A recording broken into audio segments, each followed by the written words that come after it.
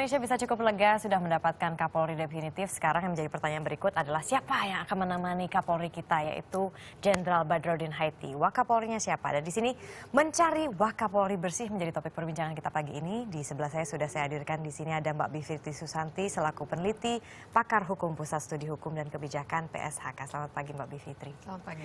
Dan juga di sebelahnya sudah ada Mbak Hamidah Abdurrahman, Komisioner Kompolnas. Selamat pagi Mbak Hamidah. Selamat pagi.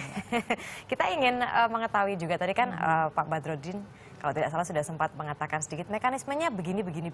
Kalau misalnya mekanisme resminya itu seperti apa sih Mbak Hamidah untuk Ya memilih memang Wakapolri?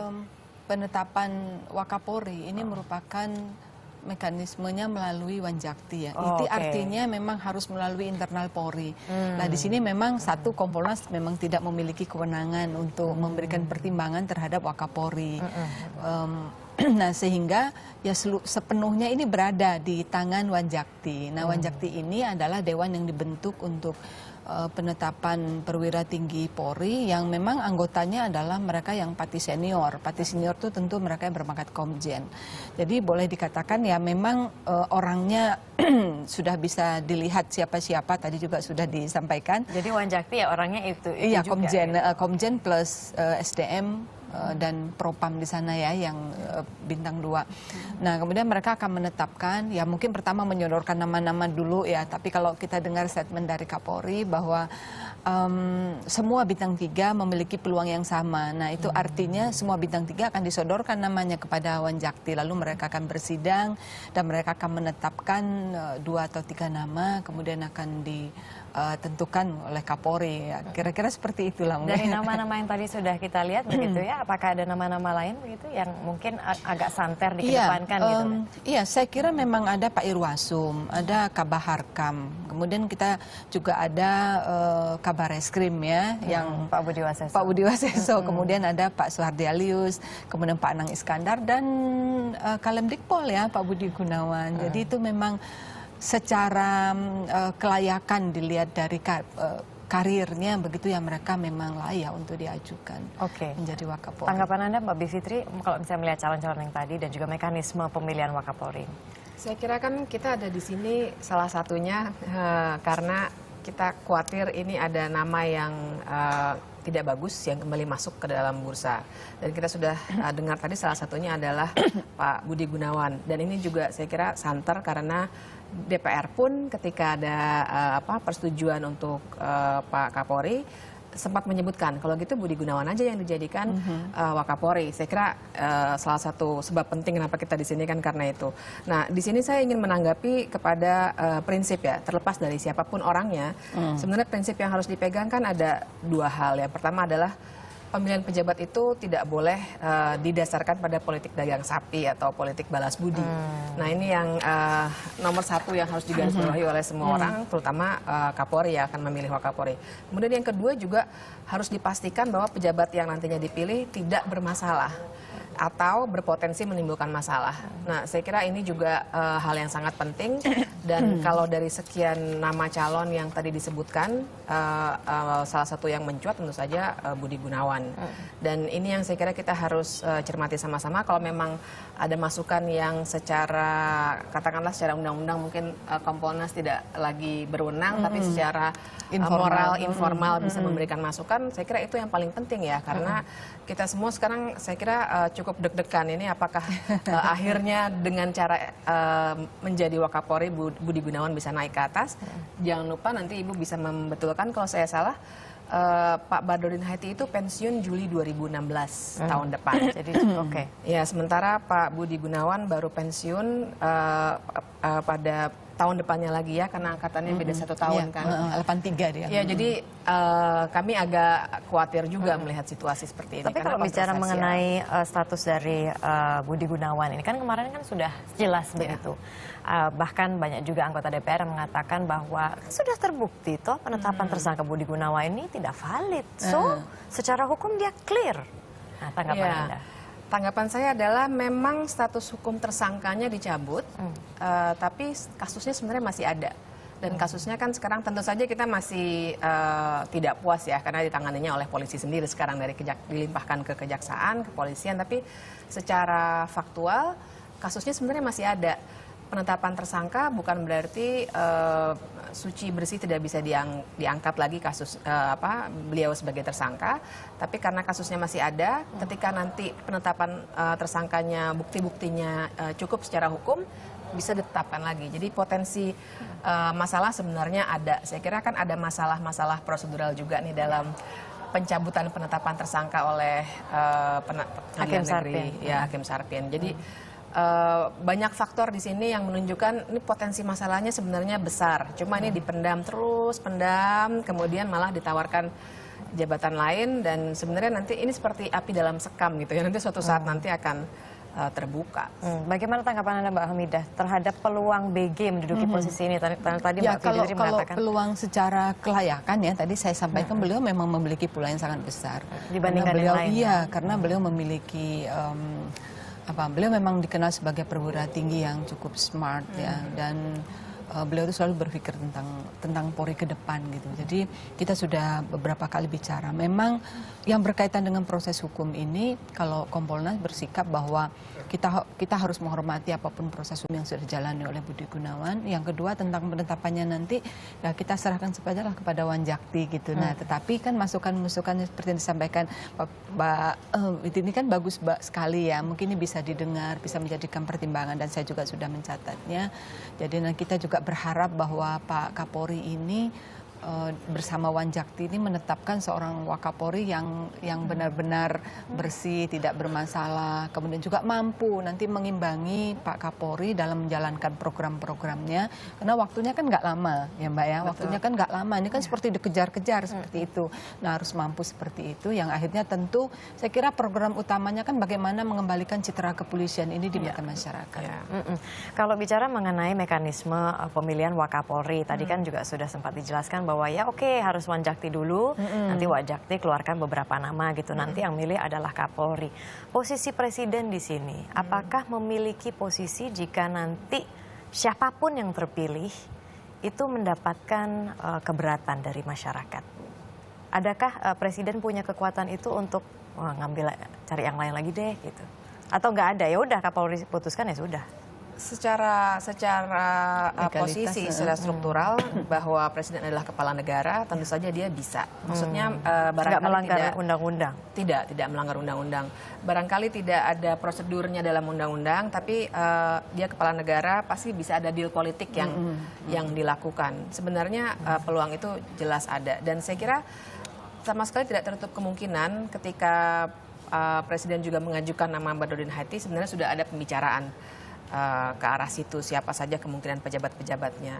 Tapi saya kira ini kan sebenarnya peluang yang besar untuk reformasi kepolisian ya Bu ya. Dan momennya bagus nih sebenarnya begitu. Jadi sekarang kita jadi kayak di persimpangan, mau bagus reformasi kepolisian atau ya begini aja terus, nanti kriminalisasi terus dan lain sebagainya. Nah dengan itu saya kira yang harus diperhatikan juga kan berarti dua, tadi Ibu sempat menyebutkan secara eksternal nih citra polisi di masyarakat seperti apa. Tapi yang kedua juga secara internal saya kira paling tidak kita nih yang di luar kan Bu bisa melihat bagaimana seperti ada dua faksi yang beradu kekuatan di internal kepolisian, dan kita barangkali perlu hati-hati juga apakah Wakapolri dengan Kapolri, memang secara struktural Kapolri tetap saja lebih tinggi, tapi kalau secara network, secara jaringan kan bisa jadi Wakapolri juga punya kekuatan yang cukup besar, dan kalau seperti katakanlah istilahnya ada dua matahari begitu dalam satu kayak zaman dulu gitu ya. Satu kelembagaan, satu lembaga, saya kira nanti reformasi kepolisian jangan-jangan jadi terhambat. Kalau misalnya nih kita berandai-andai begitu ya, karena kan berandai-andai berdasarkan fakta. Sejauh ini dukungan terhadap BG adalah yang terkuat, baik dari DPR, terutama dari DPR politik begitu. ya. Dukungannya baik internal Polri juga ada yang mengatakan bahwa ya dia grassroots sampai networknya luar biasa begitu. Kalau BG menduduki posisi Wakapolri, apa yang akan terjadi? Apa dampaknya? Saya kira saya khawatir ada lagi ketidakpatuhan dari grassroots tadi yang disebut dengan grassroots kepolisian.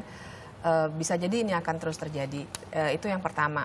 Dan indikasi ini, kenapa saya bicara seperti ini, indikasi ini ada paling tidak ketika misalnya ketika Pak Badrodin Haiti masih Wakapolri kemarin ini, berapa kali beliau ngomong hentikan kriminalisasi misalnya.